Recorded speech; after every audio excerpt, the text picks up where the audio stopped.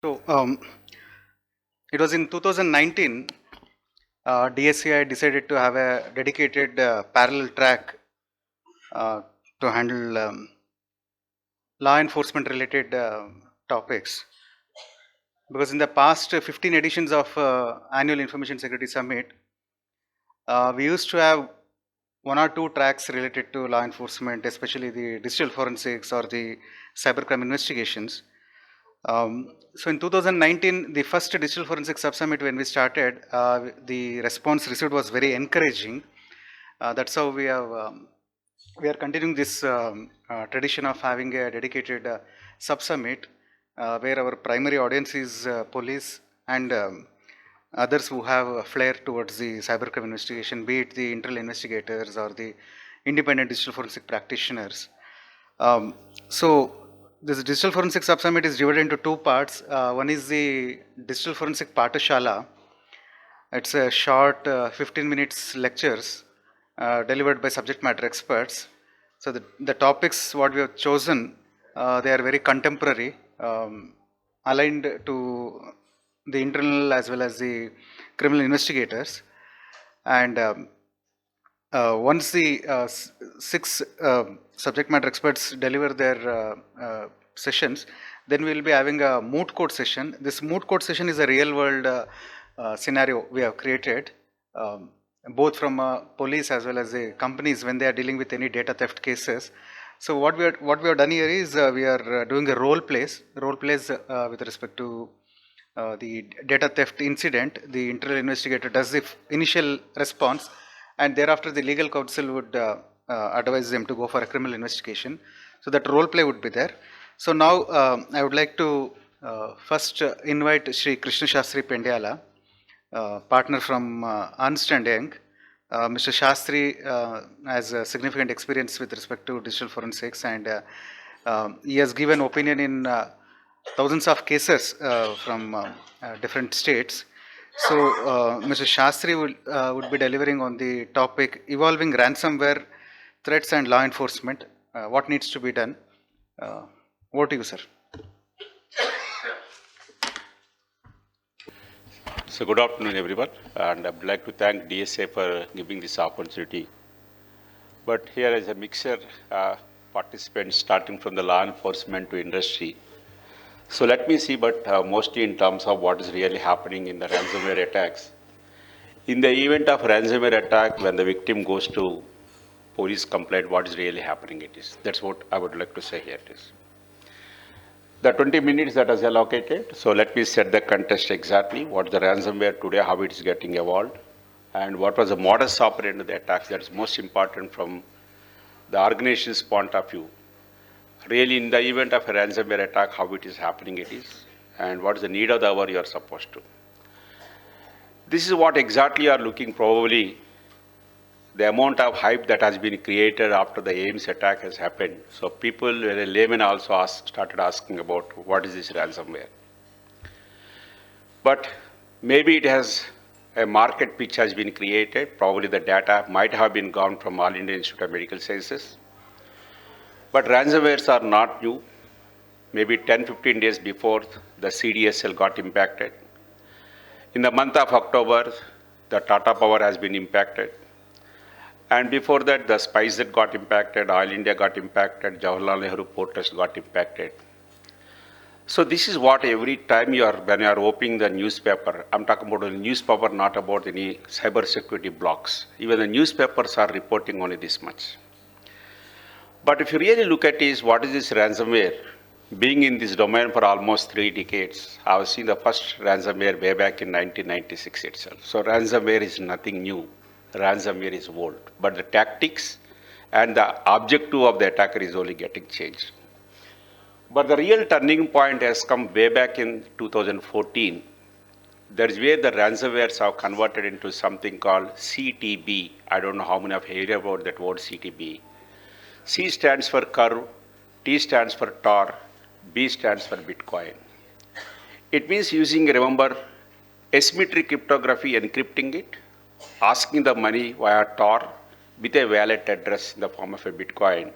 So CTB locker is the one that has started from 2014.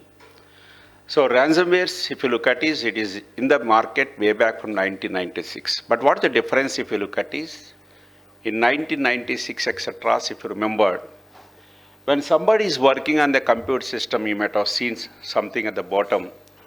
Your system is getting slow. If you want to increase the speed of your computer system, please download something. I don't know how many of you experienced this.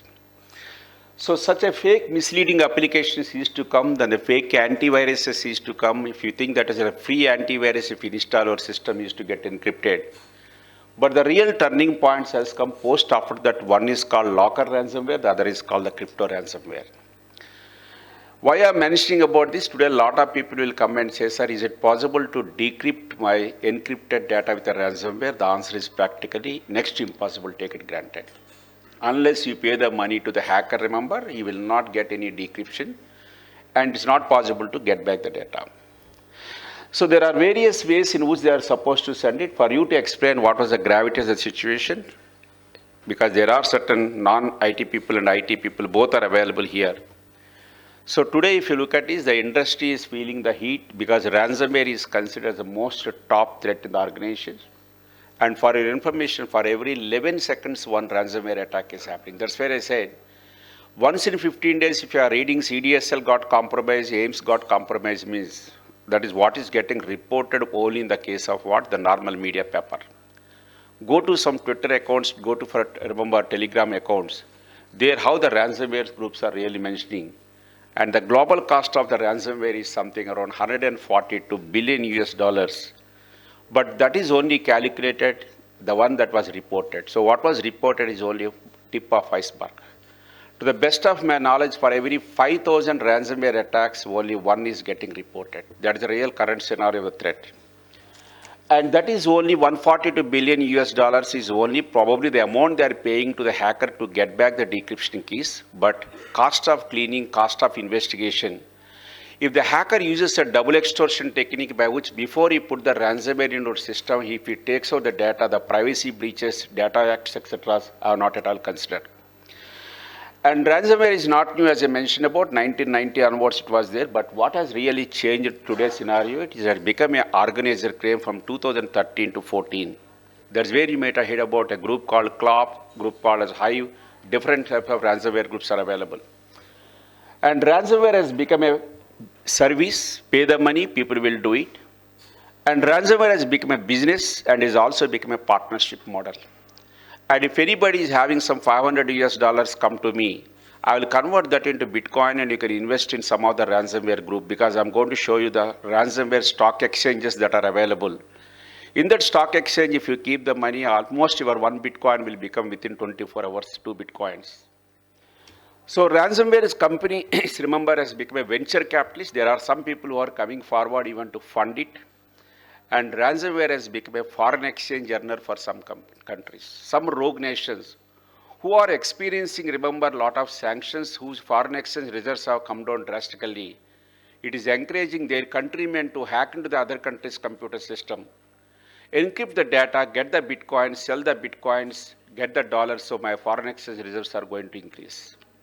Hope you are aware, one rogue nation called North Korea is getting 8% of their foreign exchange reserves just because of ransomware attacks. So ransomware has become even a virtual currency manipulator because we know the number of Bitcoins are constant. So whenever there is a ransomware attack happens, the demand for Bitcoins increases, so Bitcoin price is going to increase. So please remember, if you look at the timings of the ransomware attacks with respect to Bitcoin exchange price variation, there is a ransomware attack happened means proportionally the Bitcoin price is also getting increased. The next point, if the ransomware groups today, they're all asking something in the form of a Bitcoin, so the demand for Bitcoin increasing. Tomorrow, if they're all going to form a group and ask the Ethereum coin, so Ethereum price is going to increase. So the dollar price will increase or euro price will increase, how it can be manipulated on the basis of the petro imports and petro exports. In the same manner, today, if you will not believe it, the ransomware groups are become very clever. Remember, they are become the virtual currency manipulators. But when we are doing the investigation, what really we are facing the problem, any cyber security incident happens automatically, organizations would like to know something called 5 Ws, when, what, where, why, who. So what was the root cause why this particular ransomware attack has happened on organization? What is the gap that is currently available? That lessons they want to know it so that tomorrow the same incident will not happen again. That's where the forensics is playing a very important role. But unfortunately, hackers are also very clever, especially the ransomware attackers. They use a very great techniques called as, remember, the anti-forensic techniques. One is the logs are going to get cleared completely. So in the absence of the logs, it's next to impossible to identify it. The second is the volume shadow copies are also they're going to remove it. Third most important is several people will come and say, sir, I have the EDR solution, I have the antiviruses, why the ransomware is able to hit me? Since hacker is having the admin credentials, he is going to make your antivirus non-functional. Please remember this point. So why I'm mentioning about it, what strategy you should adopt it, it's where the real logic lies here only. So disabling the antiviruses, EDR or some other solutions. This is a ransomware exchange is available. If anybody is interested, I'm more than happy to look at. Every organization which got impacted the ransomware, with what variant of ransomware it got impacted is available. I'm having a CLOP ransomware group, assume that I infected some 1,000 computers. He's having a Hive ransomware group, which is 500 only organizations got infected. So my rating is going to increase. So there the rating will be given as a platinum group or a gold group or a silver group, etc. Based on that, you can go on investing there, so your money will get automatically doubled. Today, ransomware exchanges are available in the market, remember, in the dark web. Now, slowly they have moved from systems, remember, compromises and encrypting it. Now it went to something called IoT devices. Flocker ransomware is available for $5, purchase it. In my apartment, 40 houses are available on one mobile phone. If you install it, I can make 39 houses, remember, the TVs completely encrypted with a ransomware. Today, ransomware has moved from computer system to IT OT devices as well as the SCADA systems is a new trend, we are observing it. So they are using very great multiple techniques for the purpose of, remember, anti-forensics. Practically today we are facing it is because after the attack happens, a lot of people are going to ask, I want to know what was the root cause.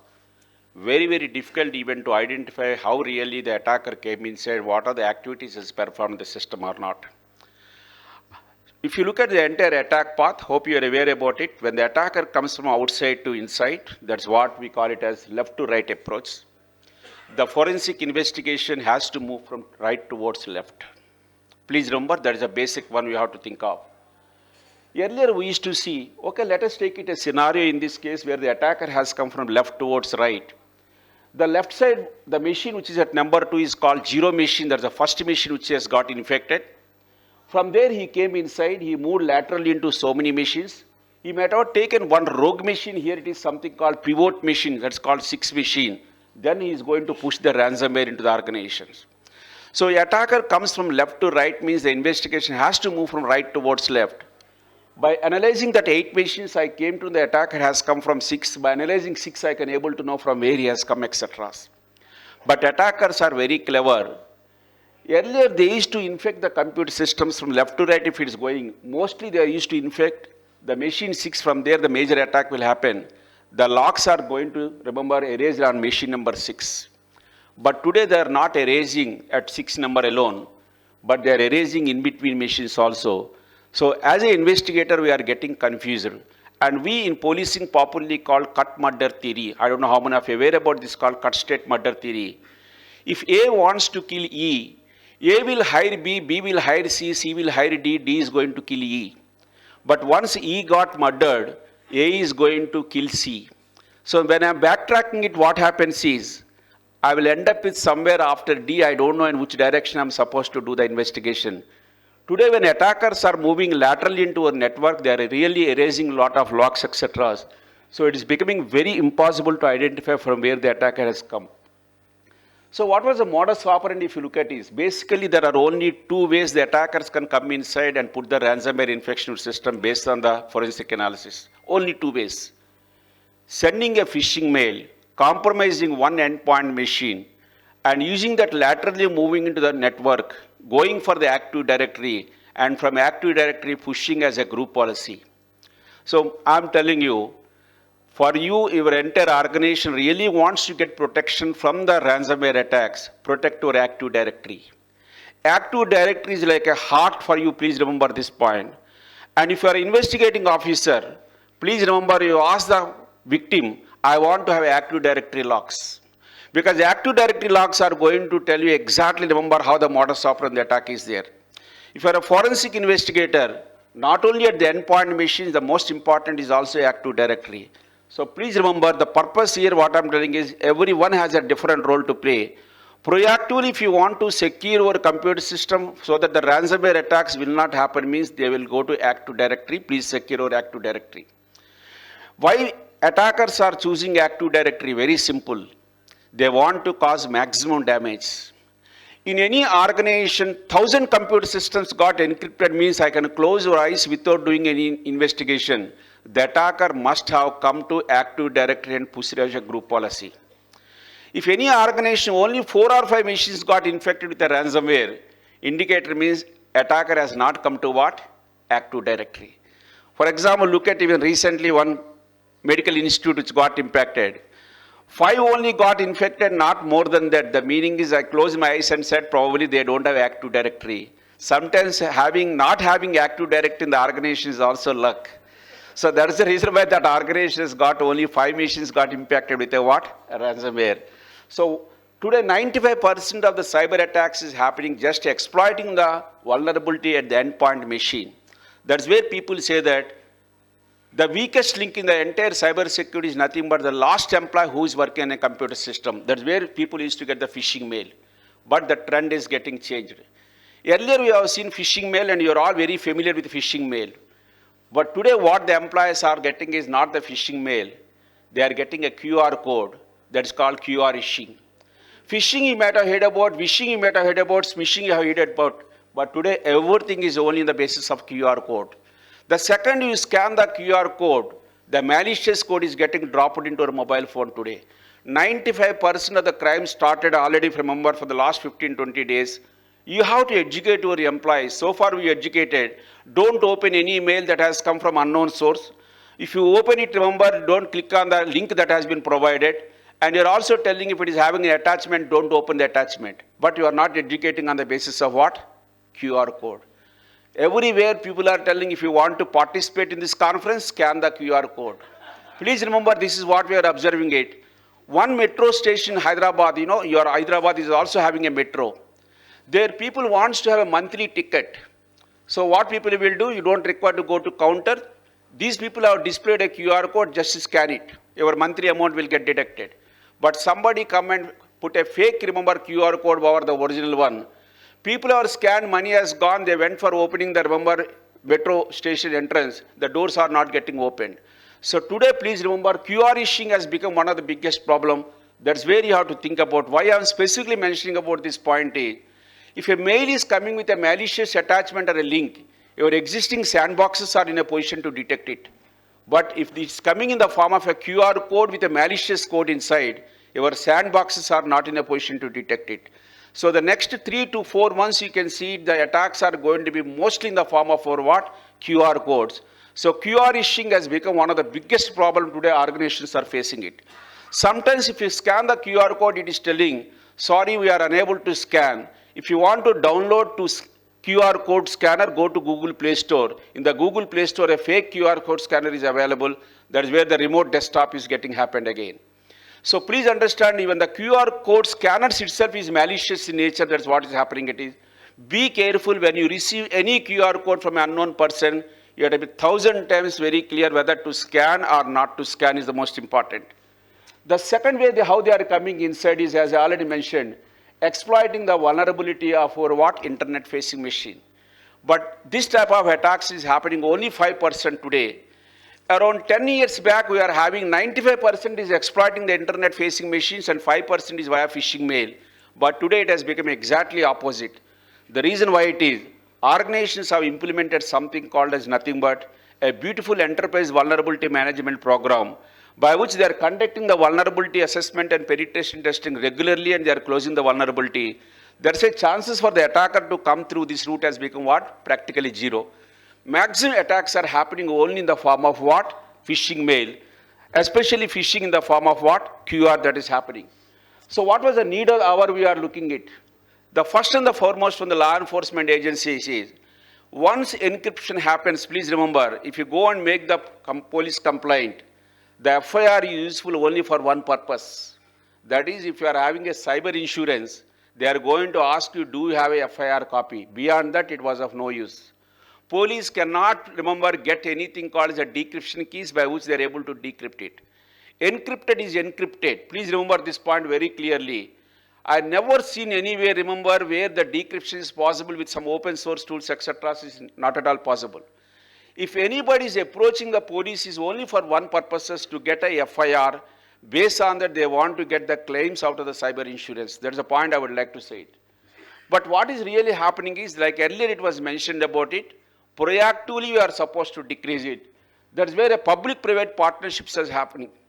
If somebody goes to police station with a ransomware attack has happened, to be frank, at traditional crimes, that's where Mr. Sandhu has nicely explained about how the Karnataka, remember, the DSA lab is doing the work. But in these cases, what currently they are able to do it is practically helpless. That's where what we require is, can we have a tie-up with the public and private partnership to establish, especially for the ransomware attacks? Because ransomware attacks are going to be the biggest problem today we are going to face it. 4 hours, people are not in a position to board any flight of that particular airlines because that airlines computer systems are infected with a what? Ransomware. Now, assume a scenario where ATC tower computer systems got encrypted. 4 hours, if your flight is not in a position to take off, no problem, but is not in a position to land means you can think of. So that's where I'm telling you a strong public-private partnership has to build. That is where every cyber attack that has happened where ransomware infection happens, people have to do the forensic investigation. Why it is? If one man got infected, if you do the investigation, if you know IP address, if you know the URL from where the attack has come, if you know the hash value the malicious file dropped, remaining at least the 999 people will get benefited. Please understand this point. That's where yesterday, if you remembered, I think health secretary has sent a circular saying that the new virus that is coming in the COVID, as soon as you please test it, we want to know the genome sequence so that other people will get what? Benefited. Is it the same variant or is it a what? New variant. So my sincere request is people have to come forward and report to the police. Police should have a public-private partnership where they will do this analysis to identify what was the root cause, how the attacker came, and what has dropped in the computer systems. So sharing of IOCs and IOS are very, very important there. The second is currently the forensic laboratories which are available is a reactive in approach. Somebody commits suicide, they will take the mobile phone and send it to the laboratory. Somebody is, remember, got impacted with some data theft has happened. The dead box, which is a computer system, they are going to send it. So they're all, remember, mostly in the case of data retrieval from the mobile phone or a data retrieval from the hard drives. But really they are not doing something called network forensics. Network forensics is going to play very, very important reality. And we should have a network forensic capabilities, how the attacker came by analyzing the firewall logs, by analyzing the various logs available as a part of that. So we require to have a forensic laboratories which are equipped with the network forensic capabilities. Where the real police should act a play here it is. Whenever any ransomware attack happens, the attacker is going to provide the Bitcoin wallet address where specifically the money has to be transferred. So today tracking of that virtual currency wallets are very, very important. You should have a good, remember, touch with all the exchanges who are offering the Bitcoins. People say it's not trackable, the answer is no. Try to recall the colonial pipeline attack that has happened in US, where $8 million US money has been transferred in the form of a Bitcoins. But the US agencies are able to recover back to 6.3, remember, million US dollars. If you want, you can go to that. It means Bitcoins are what? Trackable. Please understand this point. Provided we should have a good tie-up with wallet organizers and the exchanges, that is possible really. So tracking of the virtual currencies wallets are very, very important if you look at it. The most important is the international cooperation. So this is again, we are missing it completely.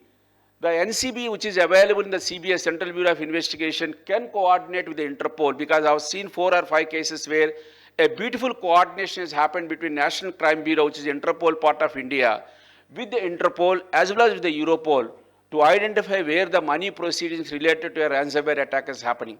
But currently that is getting what? Missed. So my sincere request and the need of the hour, if you look at is, especially for the law enforcement agencies, these areas, if you start really looking for it, yes, we can able to identify the gangs who are really present behind their attacks. We can able to bring justice to our what? Victim. But I am telling you, this is a very, very long-term process. By the time the decryption keys may be lost, I can say in the case of probably the police can catch the person who is really present behind this attack, but your data you may not get it. That's the reason why I am telling you, if any ransomware attack happens, you take it granted, you will never get back the data today. There are certain instances where people have paid the money to the attacker, but the decryption keys they have provided is not working. Even if the legitimate keys he has provided also not going to work at all, especially for the database, remember. Because the databases, certain files will get, by default, will get deleted, the linkage will not happen. So only way to protect your organizations from the ransomware attacks is nothing but having a very good cyber security policy, framework and technology implementation. As I already mentioned about it, please secure your Active Directory. It is like your what? Heart. If you are not securing your Active Directory, your organization is completely out. Take it granted. The second is phishing attacks are happening, I told you, in the form of QR. Test it, remember whether any QR code can come inside. Attackers are very clever. You don't require to execute anything on your computer system. It's almost, I used to say several times, if I want to kill somebody in India, I have to purchase a gun, go to his house and kill it. If I want to kill someone in the United States, I don't require to purchase any gun. Can anybody can say what was the reason? Everybody is having gun at their home. You'll agree? So today attackers will not come and remember execute anything with a exe file. He will come inside and he is going to use the Microsoft system internal utilities to remember to execute that one. So attackers are coming with a script. That script is getting executed with some of the system internal utilities of Microsoft and they are executing it. Especially it's nothing but what? PowerShell.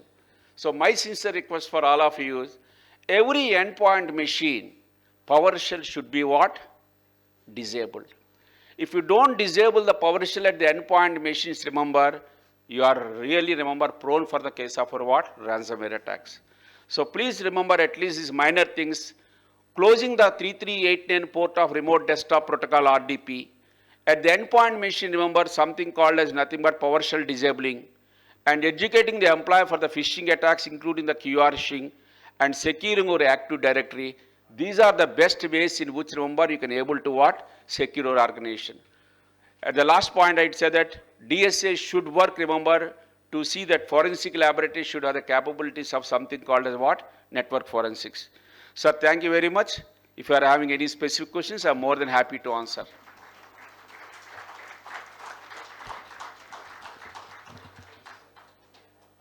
Any question from any participant? Yes, sir. Yes.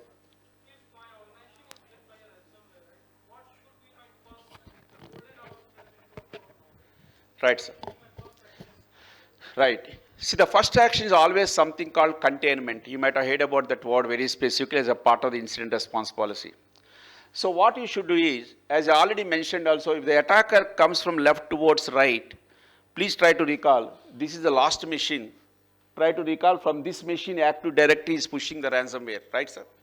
By analyzing this right side machine, the first you take any one of the machines, sir. Any one of the machine you take it. Maybe 10 or maybe Bangalore, Hyderabad, Delhi, China, doesn't matter.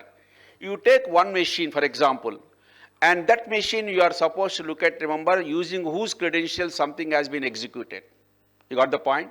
The first and the foremost is you will get using somebody's credential. That credentials has to be disabled at your Active Directory. That's the one point, right? Second point is by analyzing these machines, you are able to get the, remember, the hash value of the malicious file. That has to be updated into the antivirus and scan the whole network. Why it is? Today, if the attacker has pushed it to 1,000 machines, in 99, for example, 800 machines it got encrypted, but in 200 machines it is present in the, remember, the startup folder. Because now machines are not on. Tomorrow somebody comes and switches on, that machine also will get infected. So by analyzing any one of the machine, get the hash value of that ransomware file, please remember that point. That has to be updated into an antivirus and scan the whole network. You will know at least to what areas the attacker is able to what? Penetrate it. So the first and foremost is analyzing any one of the machine. By analyzing this Bangalore machine, you will come to know the attacker has come from the Active Directory using the credentials. You got the point, sir? That is what the first containment. One machine analysis is sufficient enough for you to identify whose credentials attacker used, from which machine attacker has pushed as a what? Group policy. Then safely you can have a business continuity, because a lot of people will say, Sir, till the forensic investigation is not completed 13 days or 14 days, can I go for it? No. Within 2 hours, I can say that you can bring back the system to what? Normalcy. But the biggest question mark I am going to tell you is the data is really being exfiltrated or not? That is where the question has come. Many people ask this question. Take it granted, sir, every attacker is going to upload in 90% of the cases to something called mega.io and mega.nz. Mega.io and mega.nz should be blocked at the firewall outbound traffic. Please remember this point, sir. If people say that I am having a DLP solution, data will not get, it is forget about it. DLP solutions cannot detect how much amount of data got exfiltrated. Lot of times people will come and ask, Shastri Sahab, can you tell me how much data got exfiltrated in this particular attack? Because attackers are going to drop in your system a type of utility called rclone. Please remember rclone, if you want, you can go and verify it. They drop on one machine rclone. Destination will be given as mega.io and the source is the machine where he put the entire data. This as a source, this as a destination, they are going to exfiltrate the data. rclone utility is very, very important. 95% of the attacks, if you look at, is the rclone is one point. The second is mega.io and mega.nz, they are going to use it for exfiltration of the data. So please remember, sir, at our firewall at outbound traffic, please block this mega.io and mega.nz. And also if you are having Google Drive or Dropbox or anything, please they should be blocked because that's way the hackers are going to what? Exfiltrate the data. Right, sir? Hope I clarified your doubt of that point. Okay. Right. Thank you very much.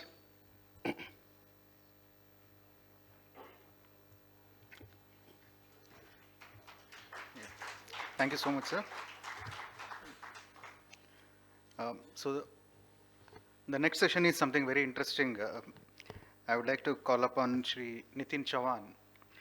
Let me give my own experience. It was in the year 2017. For the first time in the US, I got exposed to this chip-off solution, the destructive method of recovering evidence from damaged devices. So somehow 2019 January we were able to purchase it, and by the end of 2019 the Android manufacturers, they introduced something called as file-based encryption. So this entire solution, whatever promised us to recover data from damaged devices, and that's no more relevant.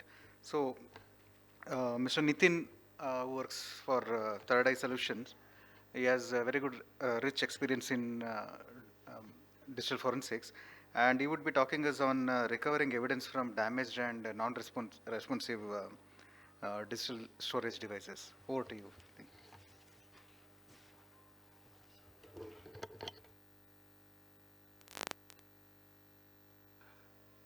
Very good evening, everyone. So, without doing much of the things, let's start it. That why our electronic devices primarily fail. Okay. So first is that they are running normally and something has malfunctioned. Maybe device has degraded over a period of its usage, standard bad sectors. Sometime heat, there may be a fire incident because of which a lot of heat generated and devices got, overheated, especially the controllers and PCBs of the hard drives. Okay. Then fire services comes and they drench all of the area, because of which water and corrosive liquids also came onto the contact.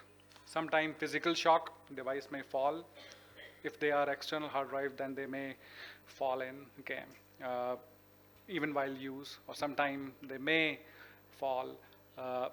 Sometimes people deliberately hit, like I remember one case, this Baba Ram Rahim case in Haryana, where CCTV footages were, which were stored on the disk. The disk were taken out, hammered peacefully, and then thrown into the, basically the nalas or drains. Okay, and then once recovered, platters were beyond, they were completely shattered. So not possible to recover anything. Then even the smallest vibration. Sometimes all of these 2, 3, 4 combined together can also act in a single incident. And another which is long and poor storage in evidence room, malkhanas, forensic labs, and even court. Okay, because sometime what happens is because of long pendency of the cases in our forensic science laboratories, uh, exhibit might have came working, but when it was opened after 4 years, 5 years, or maybe 6 years later, at that time it got degraded, and it is not now running up because the storage condition may have higher moistures and other bad environmental conditions in which they were stored in. So if you look into the anatomy of these disks, left side is the standard HDD, right side is the solid state hard drives. So you have mechanical parts in HDD, platers, head assembly, and spindle on which your platers move. However, in SSDs, you have the basically the NAND flash chips arranged in an array, and primarily the controller, which has the algorithm to bring everything logically placed when you attach a hard drive and logically reconstruct the data. Okay. Now, if you look into the phone, because phone also have the NAND-based chips these days, okay. So now, if you look into the phone, then phone also have the kind of motherboard, but phones slightly behave differently than the hard drive, because hard drive is a storage media, but phone is a complete computational device with processor, RAM, as well as storage soldered on top of single PCB, okay. So yes, yeah. So yes, it is up there. So you can see that eMMC or eMCP kind of storage is available on those cell phone devices. A lot of time these devices are not responding properly. So some of the reasons I have mentioned upon. Now, what these failures or faults are. Some of them failures are basically the logical faults, where file system has got corrupted. In these, our standard forensic applications, disk forensic applications help you to recover the partitions, etc. And most of the time recovery is possible, not a big issue. Then media faults, bad sectors. Now generally every hard drive when shipped out from the factory has inherently have certain sectors which are not readable, okay? And certain sectors are not readable over a due course of time because of its age. As it goes over the period of time, new sectors comes up which are no more readable in that segment. Then electronic fault, the PCB which is behind the hard drive is faulty. Okay. So in case of PCB which is faulty, definitely if we have the donor drive, we can replace the PCB providing we swap the ROM, which is basically the controlling portion of those PCBs. Then the surface area faults, which are basically having the management utilities for those hard drives. Okay. So yes, all 2, 3, and 4 data is easily recoverable. But physical faults where read-write components are damaged, especially the head, spindle, or the magnet, if they are damaged, then we have to take them to the clean room, perform the component exchange, etc. In the fifth case, if the platers are not damaged, then recovery is quite possible, provided we have the correct donor of it. So finding a donor is also a challenge. Then RAID faults, where drive is functional but RAID card is faulty. So in that case, swapping up the RAIDs, basically making the images of the disk, and then emulating the different RAID array combinations like 1, 0, 5, 10, 50, etc. Can recover us the data. The NAND faults, which are basically available in SSDs, where you have to say it might be possible that you have a device like a USB drive or a flash drive.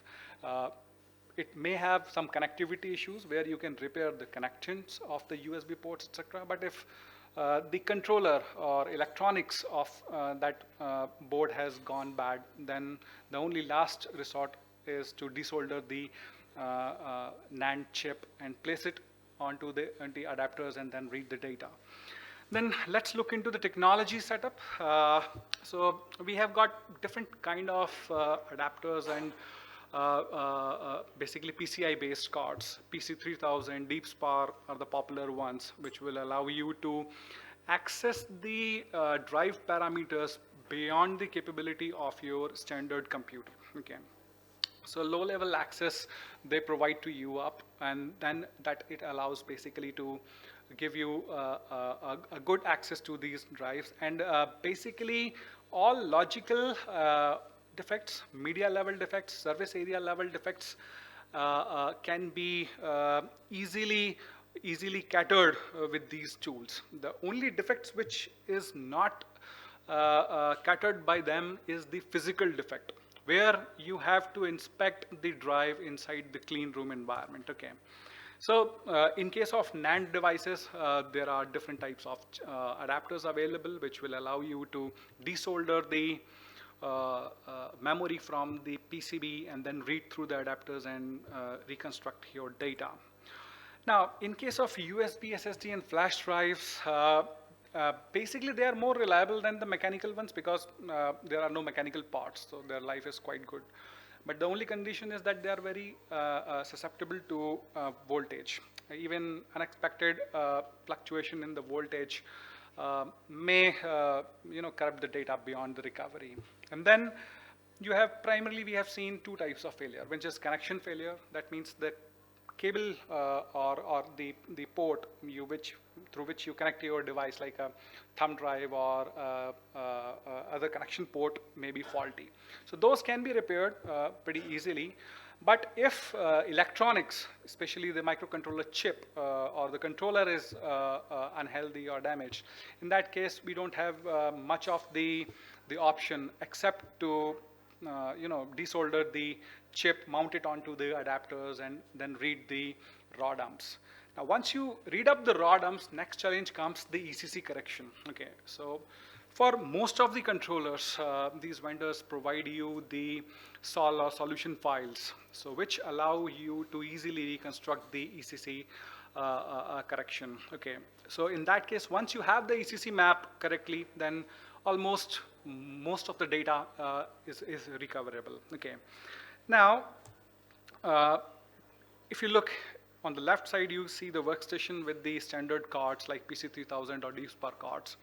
These are for the standard logical and media and service area defects. On right side, you have the clean room environment where you basically go only when you have physical failures, like your head is broken, or the magnetic assembly is not working, or spindle is locked or jammed, etc. Okay, so only those area you have to move into the clean room environment. Now, one more important thing up over here is this clean room is like an operation theater. Okay, like once you are admitted inside an operation theater, once you come out, then you again come to the ICU. Okay. So even after the component replacement inside the clean room environment or say class 100 environment, when you bring out the drive out, it's not that we connect it to a normal PC directly. Again, we have to use the same hardware, specialized hardware like PC3000 or DeepSpar cards to diagnose it further, whether in clean room we remove the defect correctly or not. Okay, so DeepSpar or PC3000 cards are like an ICU. Okay, so before admitting to the clean room and after taking out from the clean room, they are the one which will handle your storage media. Okay. Now, another thing is hard drive library. So a lot of time people buy these solutions, but they don't say maintain a healthy donor library. Okay, so these library you can form from refurbished hard drives. Okay, because you don't need their platers. Basically, you need their PCBs, you need their heads, magnet assemblies, etc. Okay, so a healthy library is very essential in getting correct output from these devices, because you don't know that what kind of device would come to you in a damaged scenario. Okay, so best way is to procure popular hard drive, at least in the copies of ones or twos, and put it into your library in the anticipation that maybe after down the line, like 3 years or 5 years or 10 years, some drives will come back to you with the demand of them, of their components. Okay. Then, if you are in the case of cell phones and mobile phones, then a small mobile repair lab you must have with couple of flasher boxes, desoldering stations, IR stations, etc. Now, these days, obtaining physical memory from the smartphones is no longer possible since we have came across the file-based encryptions. Okay, Apple has its own limitation. Google has also implemented the similar kind of limitations. So only resort is available to us is now file system and the logical data. So mostly file system data is up. So here the entire endeavor is to bring back the device in a running mode. Once it comes in a running mode, then your standard tools comes in play, like your Celebrite, Oxygen, XRY, Mobile Edit, Parabene, whatever tool chest you have in your arsenal, you can use to extract the data. If device is locked, then you can go for the decryption services, etc. But primarily, the primary role is now to bring back the device in a running mode. What we have seen is that out of the 100 devices, if they are in a non-responding case, almost 90 devices we are able to start up just because of this jump start kits. Nothing but a variable power unit and some custom cables, which will allow you to bypass the battery power. Okay, so generally what happens when your car doesn't start because of the failed battery, you bring another battery, couple it, and then start jump. Okay, so this is a simple way by which we have seen that majority of the devices we are able to power on. Okay, then of course FLIR based imaging. So if we are not able to start up the device, then once we supply the power, then definitely if there are certain shorts or circuit is broken, then definitely some areas start heating up. So if we identify that, okay, this particular area is where the heat is, then we can identify that, okay, what kind of area it is, what function it controls inside the PCB. It may be a non-functional or not, or say not so essential function, like it may be a camera, it may be a fingerprint IC, it may be some microphone IC, etc. So say those ICs can be removed, because they are no longer required in terms of gaining access to or bringing up the device. So we can remove those up, and then again we can try putting up. And if we have the donor drives or if we have donor boards, then definitely we can replace up. But in case of we do not have the donor boards, then we can safely remove them up after diagnosing whether they are really critical, that they are not related to the processor, RAM, and the eMMC storage. If they are not linked with any these things, and if they are linked with any of the accessory or other sensor like front camera, back camera, or flashlight, or microphone, or vibrator, etc., etc. So in that case, we can remove them from the from the board, and then we can try to bring up these devices up. Okay. Then you have the JTAGs, which will basically allow you to put these things up. Then ISP, which is again non-destructive. Then chip-off. Chip-off is the last resort, but in today's smartphone, it is of not much of use, because I would say chip-off today can be used on the feature phones, which you get from the prisons or etc., which are very, very basic, and sometimes people used to thrash.